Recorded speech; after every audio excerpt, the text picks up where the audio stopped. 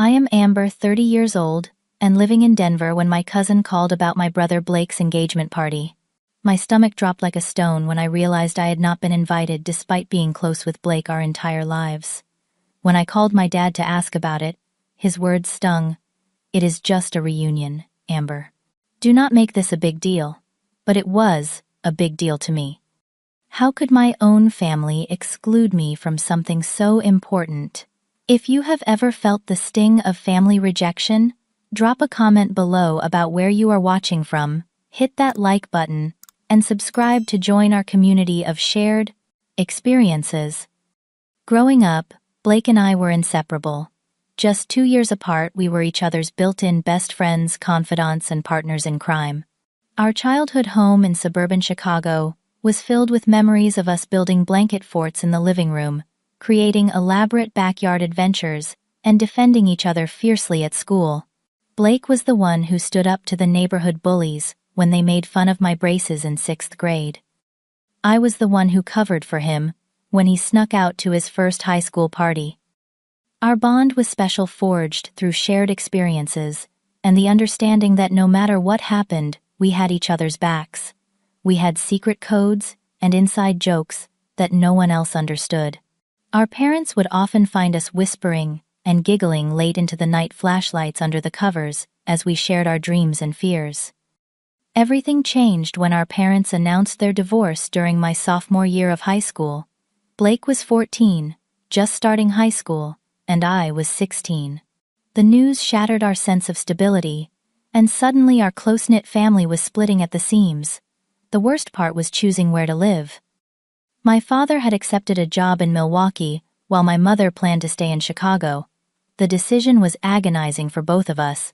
After weeks of tears and late-night talks, Blake chose to live with Dad, saying he needed a fresh start. I opted to stay with Mom, unable to imagine leaving my friends and school. It was the first significant divergence in our otherwise parallel lives. The geographic distance between Milwaukee and Chicago was only 90 miles, but it felt like an ocean. We promised to call every day and visit on weekends. For the first few months, we kept that promise, talking for hours and counting down the days until our next visit. But gradually, as we both adjusted to our new normal, the calls became less frequent, the visits more sporadic. Despite this, we remained close through college. I attended Northwestern while Blake went to University of Wisconsin-Madison. We made time for each other during breaks, planning road trips and keeping our traditions alive. When Blake moved to Denver after graduation for a job in architectural design, I followed a year later, landing a position at a marketing firm. It felt like we were rebuilding our connection, creating new memories in a city that was becoming home to both of us. 3 years ago, Blake met Natalie at a charity gala. She was striking and sophisticated, working as an event planner for high-end clients. Blake was immediately smitten. In the beginning, I was happy for him. He deserved someone special, and the way his eyes lit up when he talked about her was heartwarming.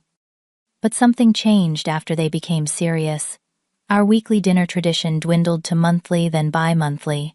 Blake began checking his phone constantly when we were together, as if waiting for permission to be there.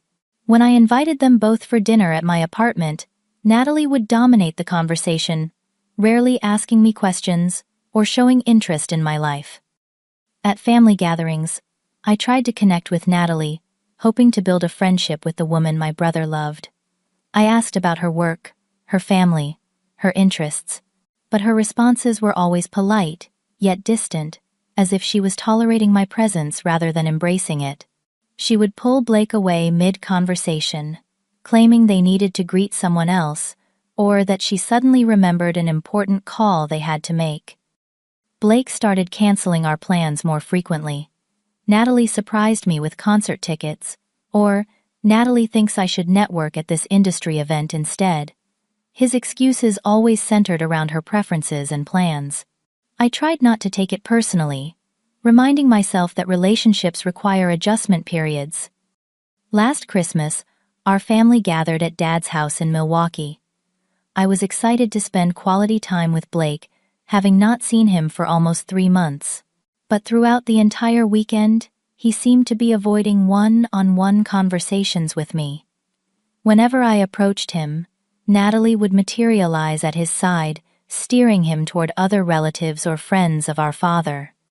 On the last night, I finally cornered Blake in the kitchen, while Natalie was engaged with our aunt. "Is everything okay between us?" I asked, trying to keep my voice light despite the knot in my stomach. "Of course," he said, but his eyes darted toward the living room where Natalie sat. "Why would you ask that?" "We barely talk anymore, Blake. I miss you." His expression softened momentarily. "I miss you too, Amber. It has just been busy with work, and balancing everything." Before he could say more, Natalie appeared in the doorway. "There you are," she said to Blake, not acknowledging me. "Your father is looking for you." Blake gave me an apologetic smile and followed her out. That was the last real moment we had together. In the months that followed, I made numerous attempts to reach out. I sent texts with inside jokes, emails with articles I knew would interest him, invitations to events we would have enjoyed together in the past. His responses grew increasingly brief and impersonal. When I suggested meeting for coffee, he would agree, but cancel at the last minute. I began to wonder if I had done something wrong, replaying our interactions for clues. Had I offended Natalie somehow? Was Blake going through something he did not want to share with me? The closeness we had once taken for granted was slipping away, and I felt powerless to stop it. It was a normal Tuesday at my marketing firm in downtown Denver. I had just finished presenting campaign ideas to a new client when I noticed a missed call from my cousin Melanie. We were not particularly close, so I was curious why she would call during work hours. I returned her call during my lunch break. "Amber, I'm so glad you called back," Melanie said, her voice bubbling with enthusiasm. "I wanted to ask what you are wearing to Blake's engagement party this weekend. I am torn between the blue dress and the new jumpsuit I bought." My heart stopped. "Blake's what?" There was a moment of silence before Melanie spoke again, her voice uncertain. "The engagement party. At Uncle Robert's lake house this Saturday. Please tell me you knew about this." I gripped my phone tighter, trying to keep my voice steady. "No, actually. This is the first I am hearing about it." "Oh my God, Amber.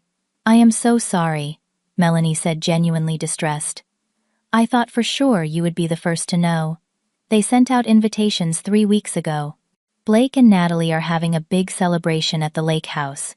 Most of the family will be there, plus Natalie's relatives." As Melanie continued with details about the party, I felt like I was underwater, her voice becoming distant and muffled.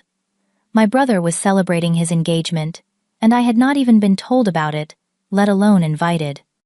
"Who all is going?" I managed to ask. "Well, Uncle Robert and Aunt Patricia are hosting. Your dad will be there. Your mom is flying in from Chicago, all the cousins. I really thought you knew, Amber. I am so sorry to be the one telling you this." I ended the call shortly after promising Melanie I would call her back, though we both knew I would not. Back at my desk, I stared blankly at my computer screen, unable to focus on anything. My brother, my best friend growing up, had not bothered to invite me to one of the most significant celebrations of his life. Without thinking twice, I called my father. He answered on the 4th ring, sounding distracted. "Dad, did you know Blake is having an engagement party this weekend?" "Yes, at the lake house. It should be nice." "And did you know I was not invited?" There was a pause. "I assumed you were busy or could not make it." "No, Dad. I was never invited. I just found out from Melanie." He sighed, and I could picture him removing his glasses to rub the bridge of his nose, a gesture he always made when annoyed. "It is just a reunion, Amber. Do not make this a big deal. I am sure it was an oversight." An oversight. My own brother forgot to invite me to his engagement party. You know how these things go. Natalie's family is handling most of the planning. Names get lost, invitations get lost in the mail.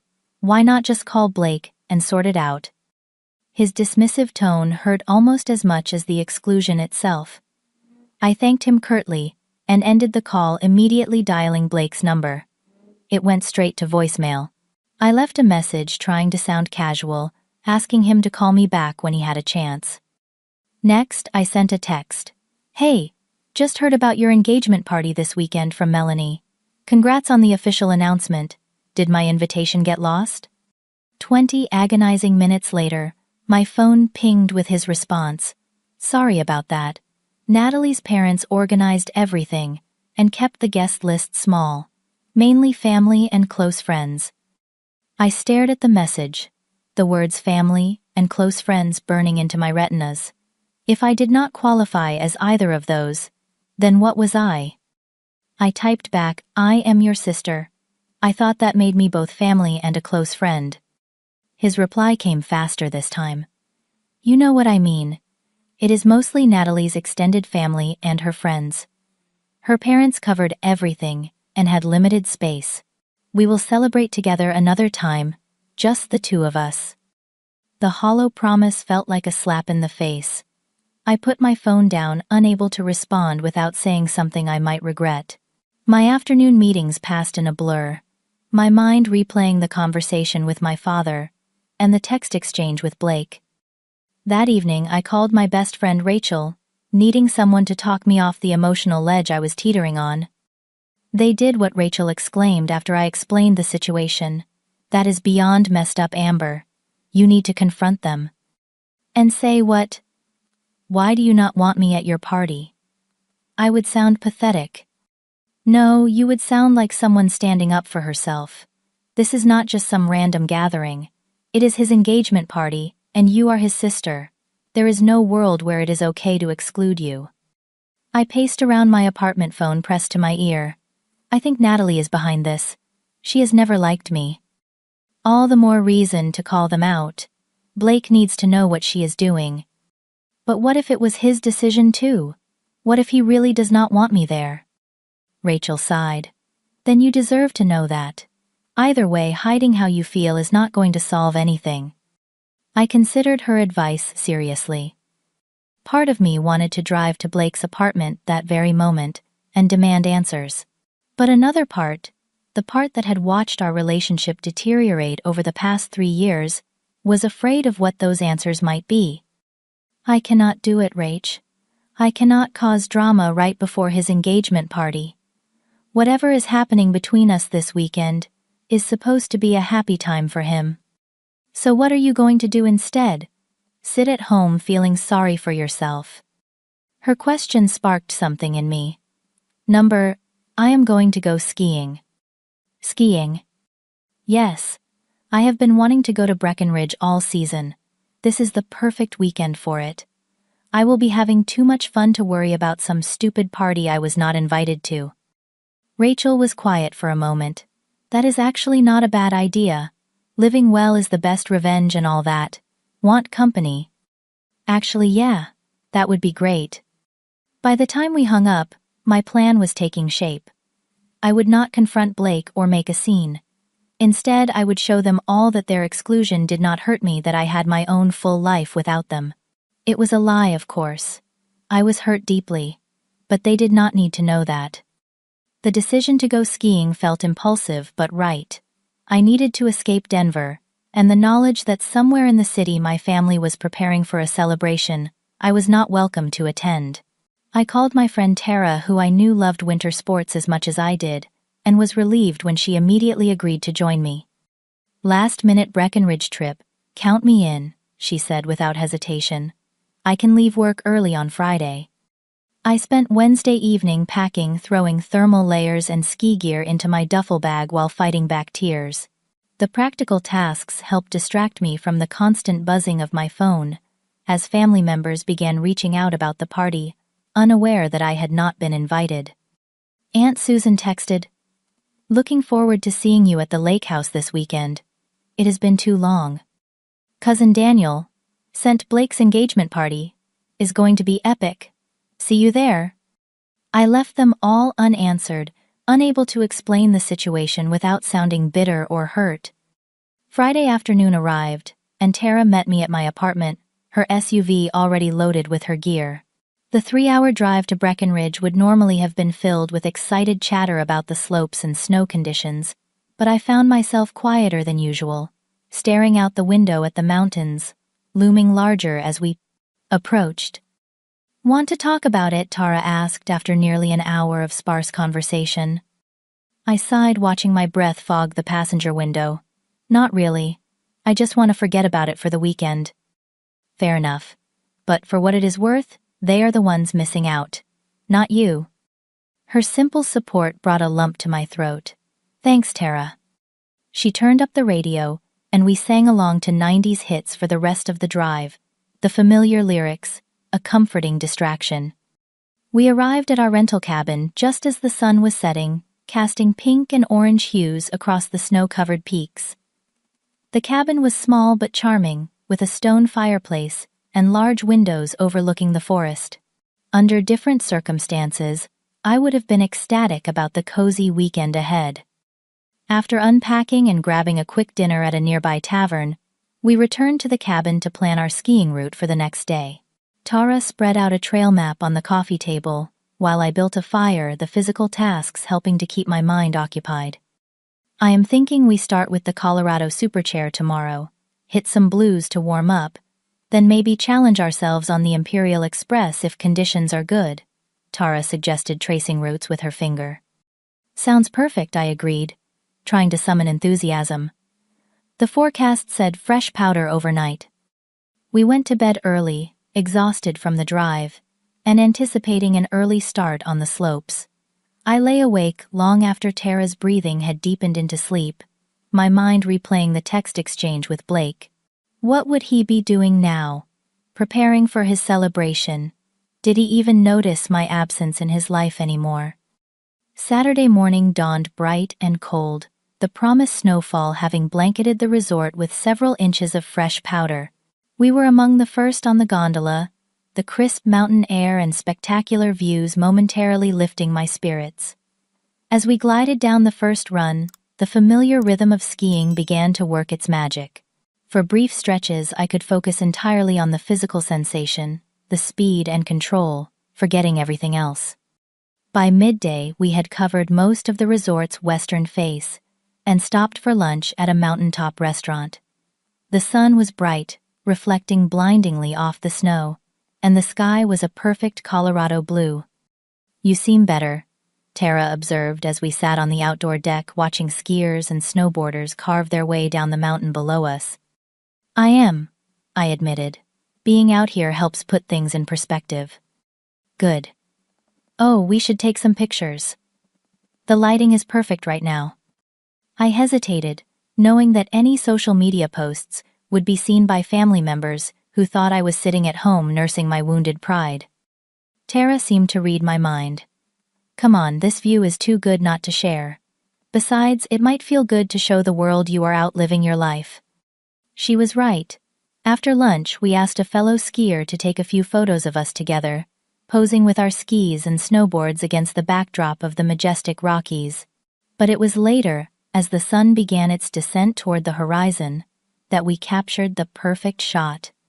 We had taken the Imperial Express to the highest point of the resort, where the panoramic views were breathtaking. The late afternoon light bathed everything in a golden glow, and the mountains stretched endlessly before us. Tara insisted on taking a photo of me alone standing at the edge of the ridge. "One more," she called, and I turned toward her, my face flushed from the cold and exertion, a genuine smile finally breaking through. The mountains spread out behind me, my ski goggles pushed up onto my helmet snow, clinging to my jacket. In that moment, I felt free. Back at the cabin that evening, Tara and I scrolled through the day's photos, selecting the best ones to share. The summit photo stood out immediately. "That one," Tara said, pointing to the shot where I was smiling. "You look happy." I nodded already, thinking about the caption. I wanted something casual, something that showed I was having an amazing weekend, without explicitly mentioning why I was not at the lake house. After several drafts, I settled on "Nothing beats a bluebird day at Breck, with fresh powder and good friends." My finger hovered over the post button, my heart racing with a mix of defiance and anxiety. Was this petty? Maybe. but it also felt like reclaiming some small piece of my dignity. I pressed post and set my phone aside, determined not to obsessively check for reactions. Tara and I made dinner in the cabin's small kitchen, opened a bottle of wine, and settled in front of the fireplace to watch a movie. For a few hours, I almost forgot about the party happening 200 miles away. It was not until we finished the movie that I checked my phone again. The post had garnered dozens of likes and supportive comments from friends. Living your best life. Those views are incredible. So jealous right now. But mixed among them were the first ripples of family reaction. A text from my mother: skiing instead of your brother's party. Call me. A comment from my aunt asking if I was okay. And most telling, a private message from my cousin Melanie. Everyone is asking where you are. Blake looks upset. What is going on? I turned off notifications and put my phone on the bedside table, suddenly exhausted. Tomorrow would bring the full storm, I was sure of it. But for tonight, high in the mountains, I had created a small sanctuary from the family drama unfolding without me. Sunday morning, I woke to the soft light filtering through the cabin's curtains and the quiet sound of Tara making coffee in the kitchen. For a blissful moment, I forgot about everything except the promise of another day on the slopes. Then I reached for my phone. The screen was flooded with notifications. 14 missed calls, 27 text messages, numerous social media alerts. My peaceful bubble had officially burst. I scrolled through the messages, my stomach knotting tighter with each one. My mother had progressed from confused to worried. Amber, why are you skiing? Did you forget about the party? Please call me back. I am concerned. Your brother is asking about you. What should I tell him? My father's voicemails started calmly but escalated to anger. Amber, call me when you get this. We need to talk. This childish behavior is exactly why you create problems in the family. You are deliberately causing drama on your brother's special day. Grow up. The most hurtful message came from Blake himself. Real mature, Amber. You could not just let me have one day without making it about you. Natalie was right about you, all along. I sat on the edge of the bed, phone clutched in my trembling hand, as Tara entered with 2 mugs of coffee. That bad? She asked, seeing my expression. Worse, I managed, showing her Blake's text. She sat beside me, scanning through the messages. Holy shit. They are acting like you committed a crime by going skiing instead of crashing a party you were explicitly not invited to. Look at this, I said, opening the family group chat. Screenshots from the party showed smiling relatives gathered around Blake and Natalie, champagne flutes raised in celebration. My aunt had posted, almost perfect day, missing only one special person, which had prompted a flurry of questions about my absence. Natalie's mother had apparently told several people that I had declined the invitation because I could not be bothered to attend. My Uncle Robert had defended this version of events, adding that I had always been difficult. This sparked a heated exchange between him and Aunt Susan, who insisted something was not adding up. Your dad actually wrote, Amber chose not to be here. Let us respect her decision and focus on Blake and Natalie. Tara read aloud, her voice incredulous. He is straight up lying. The betrayal cut deep. Not only had they excluded me, but now they were rewriting the narrative to make me the villain. I scrolled further to find more relatives taking sides in the unfolding drama. Cousin Eric, classic Amber always has to be the center of attention. Aunt Susan. Something is not right. Amber would never miss this without a good reason. Uncle Robert. She has always been jealous of her brother's success. Cousin Melanie. Can everyone stop speculating? None of us know the whole story. The family I thought I knew was fracturing before my eyes, their true feelings about me spilling out in digital form. I had become a convenient scapegoat, the disruptive element in an otherwise perfect family portrait. I put the phone down and pressed the heels of my hands against my eyes, trying to stem the tears that threatened to overflow. Tara wrapped an arm around my shoulders. This is so messed up, she said softly. They are gaslighting you. I cannot believe Blake would let them do this. I whispered. He knows the truth. Natalie has him wrapped around her finger. Look at what he wrote you. Natalie was right about you all along. What does that even mean? I shook my head, unable to answer. What had Natalie been saying about me behind my back? What image of me had she created in Blake's mind that made him so willing to cut me out? I need to respond, I said, reaching for my phone again. Tara gently took it from my hands. Not right now. You are upset, and anything you say will just feed into their narrative that you are being dramatic. Let us go skiing, clear your head, and deal with this when we get back to Denver. I knew she was right, but the thought of strapping on my boots and pretending to enjoy the day felt impossible.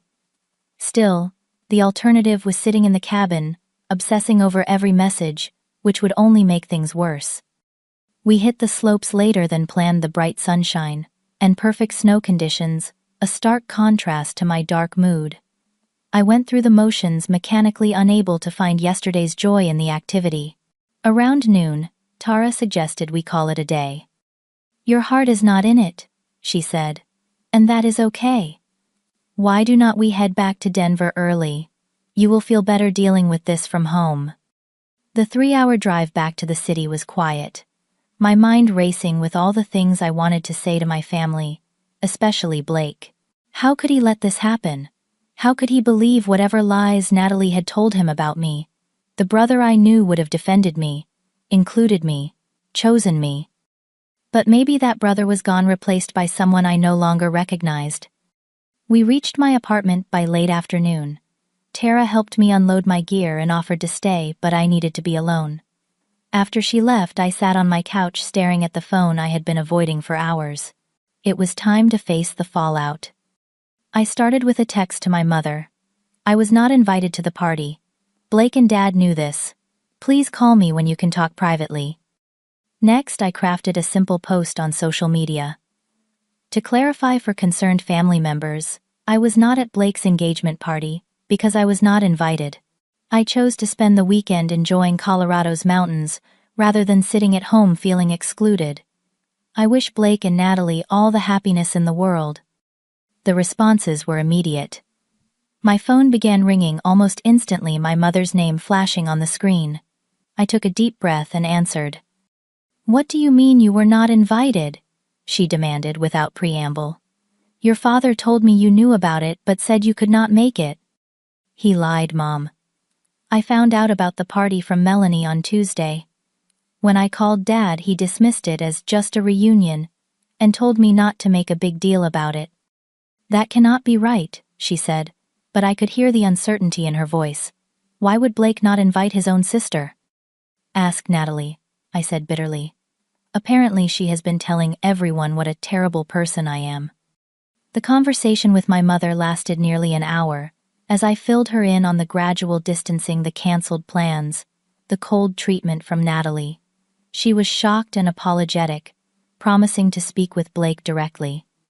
I had no idea things were this bad, she said. I noticed you two were not as close lately, but I assumed it was just adult lives getting busy. After we hung up, I felt marginally better.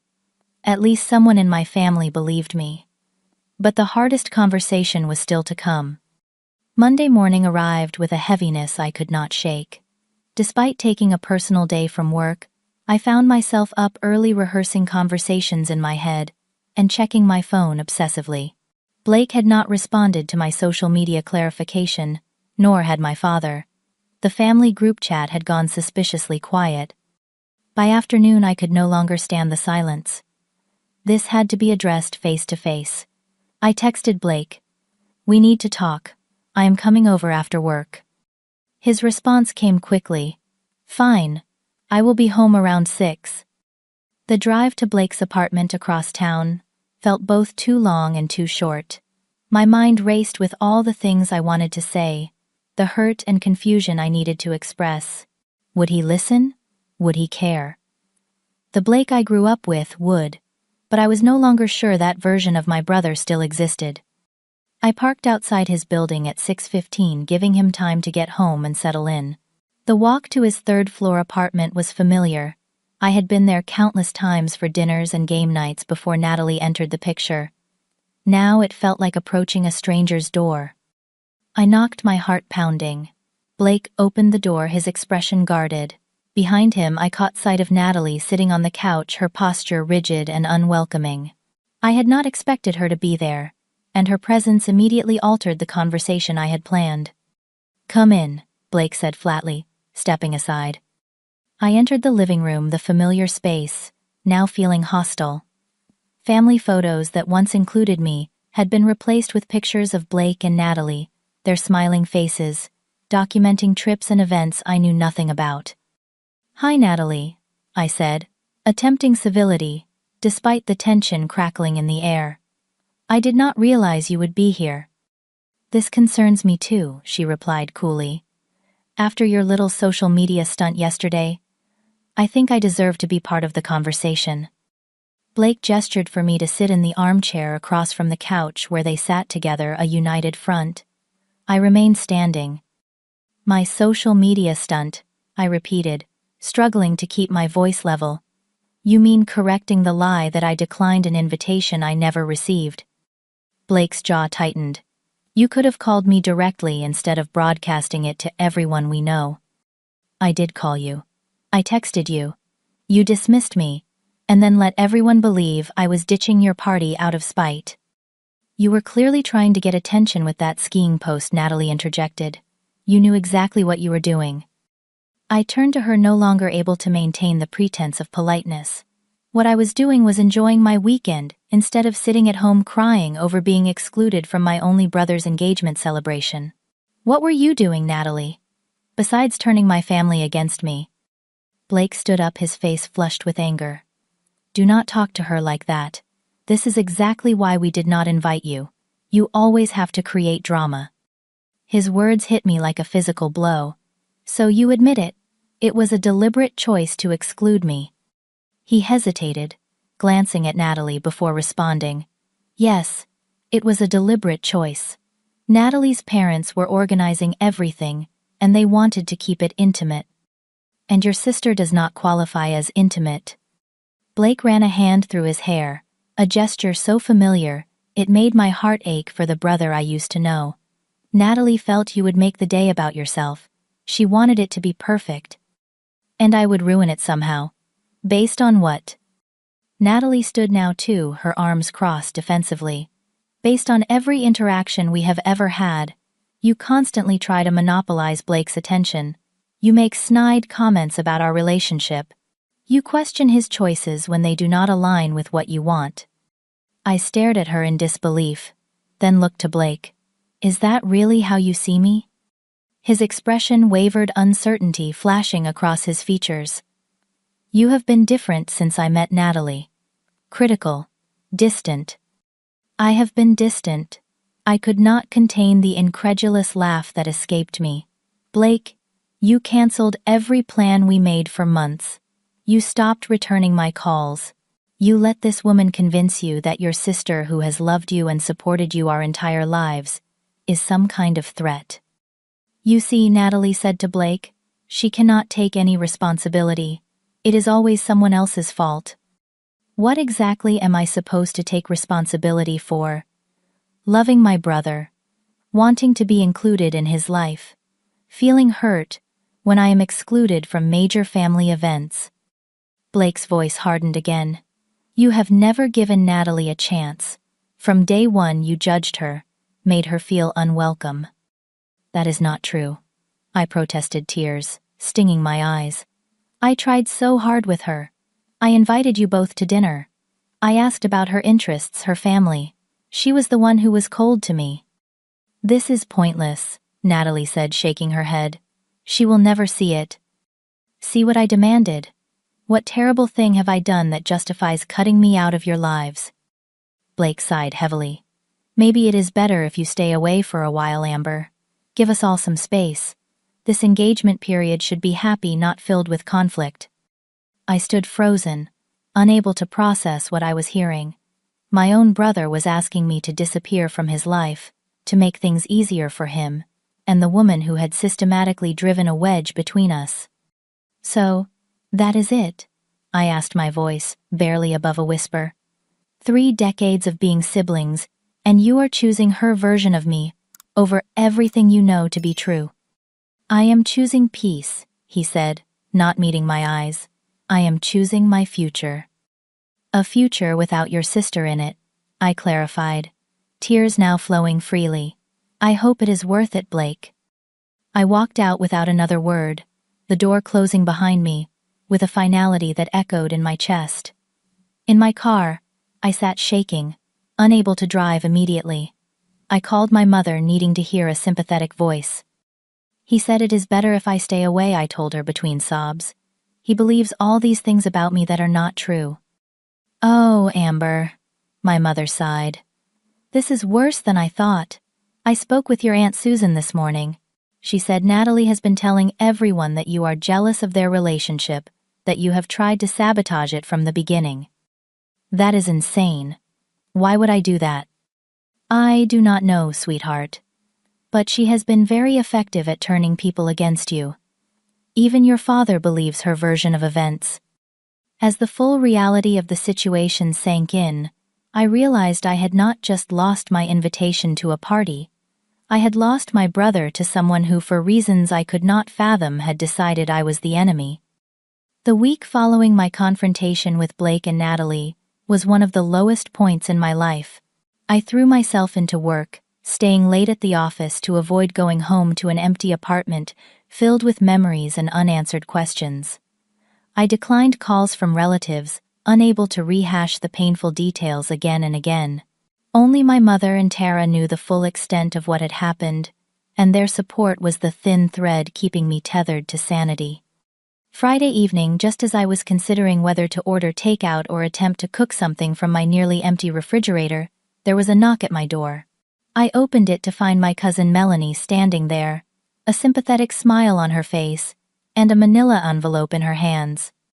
"Hey," she said softly. "Can I come in?" I hesitated, unsure if I could handle another family member questioning my side of the story. But Melanie had always been fair-minded, and her messages in the family chat had been the most neutral. "Sure," I said, stepping aside to let her in. "What brings you by?" She settled on my couch, placing the envelope on the coffee table between us. "I thought you might want to see these. And I wanted to check on you. Things got pretty intense in the family chat." "That is an understatement," I said, eyeing the envelope warily. "What is in there?" "Photos from the engagement party. Professional ones and some I took myself." I shook my head. "I do not think I want to see those, Melanie." "Trust me, you do," she insisted, opening the envelope and spreading several photographs across the table. "Look at Blake in these." Reluctantly, I leaned forward to examine the images. They showed the typical engagement party scenes, Blake and Natalie cutting a cake, toasting with champagne, posing with various family members. But as I looked closer, I noticed what Melanie was pointing out. In nearly every photo, Blake's smile seemed forced, his eyes lacking the joy one would expect on such an occasion. "He looks miserable," I said, surprised. "He was," Melanie confirmed. "And it was not just because you were not there, though several people asked about you. It was something more."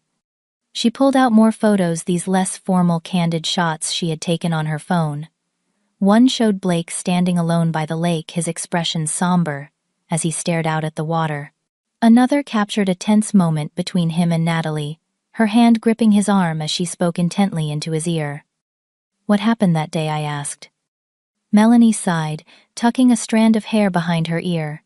"It was weird from the start. When people asked where you were, Natalie kept giving different answers. She told your dad you had declined because you were busy. She told her parents you two had a falling out years ago. She told me you were invited but never responded." "None of that is true," I said, anger flaring again. "I know that now," Melanie assured me. "But at the time, it created this strange atmosphere where everyone was confused and starting to take sides. Your Aunt Susan kept pressing for the truth, which made Natalie really defensive." She showed me more photos, pointing out details I would have missed. "See how Blake is always looking over his shoulder in these? Like he is checking to see if Natalie is watching him. And in this one, He literally flinched when she approached him during his conversation with your mom. As Melanie continued, a disturbing pattern emerged. Natalie had been systematically isolating Blake, not just from me, but from anyone who questioned her narrative. She had told different stories to different relatives, creating confusion and conflict that made Blake retreat further into their relationship. "It is not just you," Melanie said gently. "Blake barely talks to his friends anymore. Remember Jake from college? He was supposed to be at the party, but was suddenly uninvited at the last minute." Natalie claimed he had made inappropriate comments about her, but multiple people told me that is not true. The revelation that Natalie's controlling behavior extended beyond me was both validating and deeply concerning. What had started as personal hurt was evolving into genuine worry for my brother's well-being. "What should I do?" I asked, looking at a particularly telling photo of Blake staring longingly at a family group while Natalie chatted with her friends. "I tried to talk to him, and he shut me out completely." "I do not know," Melanie admitted. "I am worried about him too, but pushing too hard might just drive him further away. Maybe give him some time to see things for himself." We talked for another hour, Melanie sharing more observations from the party and the family gatherings I had missed over the past year. Her visit left me with mixed emotions: vindication that I was not crazy or imagining Natalie's manipulation, but also increased concern for Blake. 3 days later, my phone rang with Blake's number. I stared at it in disbelief before answering. "Blake." "Hey Amber," he said, his voice tentative. "Do you have some time to talk?" "Of course," I replied, trying to keep the eagerness from my voice. "Always." "I owe you an apology." He began, the words coming out in a rush. "A big one. I have not been seeing things clearly." I sat down, unprepared for this sudden shift. "What do you mean?" "After our argument, I started thinking about everything you said. Then Mom called, and Aunt Susan, and even Melanie. They all had questions that made me look at things differently." He paused, taking a deep breath. "Natalie has been telling me things about you for years. That you were jealous of our relationship, that you tried to undermine us, that you spoke badly about her to family." "None of that is true, Blake." "I know that now," he said quietly. "Or at least I am starting to see that her version of events does not match reality. She gets so upset when I question her that I just stopped doing it. It was easier to believe her than to deal with the conflict." The admission sent a wave of relief through me. My brother was still in there, still capable of seeing the truth. "I miss you," I said simply. "I miss you too. So much. I do not like who I have become, Amber. I do not recognize myself sometimes." We arranged to meet for lunch the following day at a quiet restaurant halfway between our apartments. Blake insisted we meet alone, without telling Natalie. "She checks my phone," he confessed, the shame evident in his voice, "so I will delete this call from my history, just in case." That single detail spoke volumes about the state of his relationship. Our lunch reunion was emotional and cathartic. Sitting across from each other in a corner booth, it felt like reconnecting with a part of myself I had lost. Blake looked thinner than I remembered, with dark circles under his eyes that spoke of sleepless nights.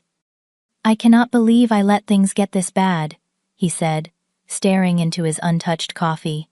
"I kept telling myself it was normal, that relationships change people, that Natalie just needed reassurance." "When did it start?" I asked gently. "Gradually. First it was little comments about how much time I spent with you or my friends. Then it became accusations that I was prioritizing everyone else over her. When I defended you, she would get upset, say I was choosing you over her. Eventually, it was easier to just cancel plans with you than deal with the aftermath." As he spoke, I began to understand the slow, insidious way Natalie had isolated him. Not through dramatic ultimatums, but through persistent emotional pressure that wore down his resistance over time. "The engagement party was the breaking point," he continued. "I wanted you there. I asked repeatedly why you were not on the guest list.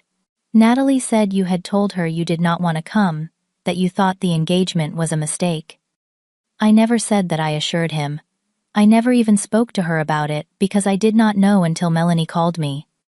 I believe you, he said, meeting my eyes for the first time. After seeing your post, I confronted her. The story kept changing. First, she said it was her parents' decision. Then she said the invitation must have gotten lost. Then she admitted she thought you would cause problems. He ran his hands through his hair, a gesture so familiar it made my heart ache. I am having serious doubts about the engagement, Amber. About everything. I reached across the table and took his hand.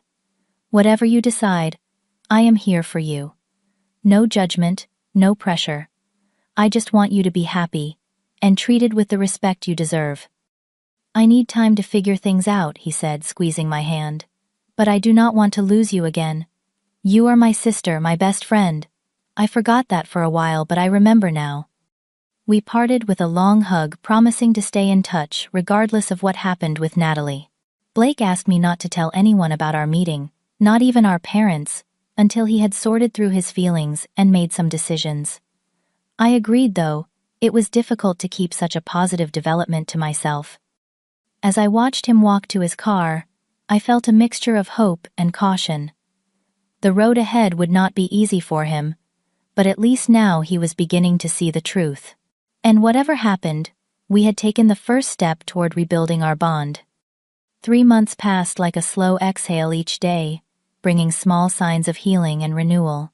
Blake had broken off his engagement with Natalie, a decision that sent shockwaves through the family, but ultimately proved to be the right choice for him. The process was messy and painful, with Natalie alternating between tearful pleas and vicious accusations, but Blake remained firm in his decision. I was helping him move into his new apartment, a sun-filled one-bedroom in a neighborhood closer to mine.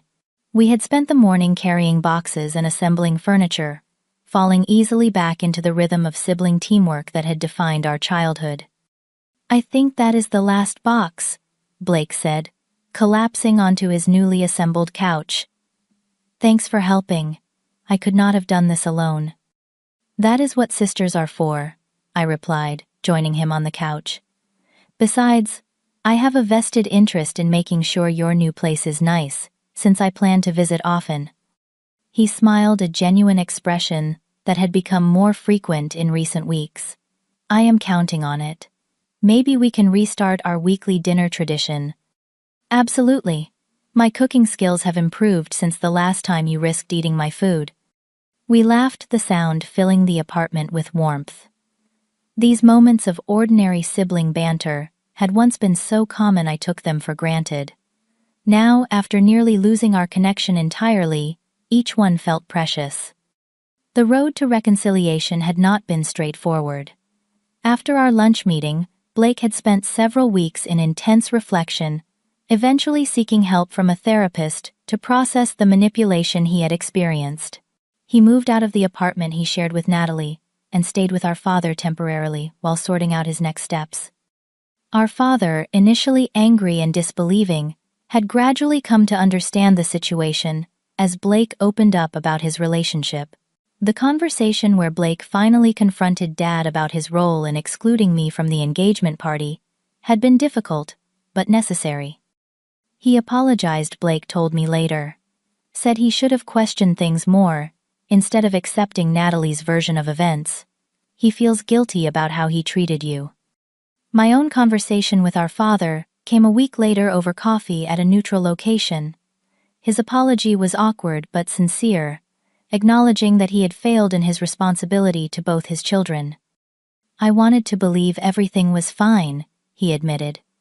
It was easier than facing the possibility that Blake was in an unhealthy relationship. I am sorry I dismissed your feelings, Amber. You deserved better. The healing extended beyond just Blake and me.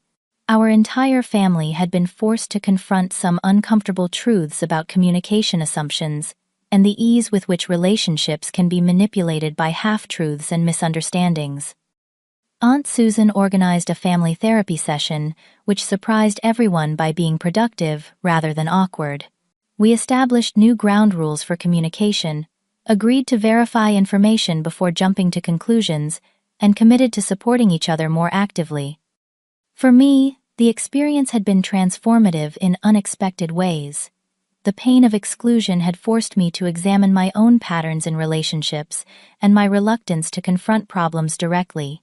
I had allowed the gradual distancing from Blake to continue for years, making excuses and avoiding difficult conversations until the situation reached a breaking point. "I should have called you out sooner," I told Blake during one of our heart-to-heart talks. "When you first started canceling plans and pulling away, I should have demanded answers instead of just accepting it." "I would not have listened then," he replied honestly. "I was too deep in the fog, but you are right that we both need to be more direct about our feelings. No more tiptoeing around issues." Our weekly dinners became a sacred space for rebuilding trust and sharing our lives. Blake was slowly rediscovering himself, reconnecting with friends he had neglected, and pursuing interests Natalie had discouraged. I supported him without pushing, learning to balance involvement with respect for his independence. My relationship with extended family improved as well. Cousin Melanie and I became closer, bonding over our shared concern for Blake and our determination to be more proactive in maintaining family connections. Uncle Robert, who had been quick to believe the worst about me, made a point of inviting me to his 4th of July barbecue and publicly acknowledging his error in judgment.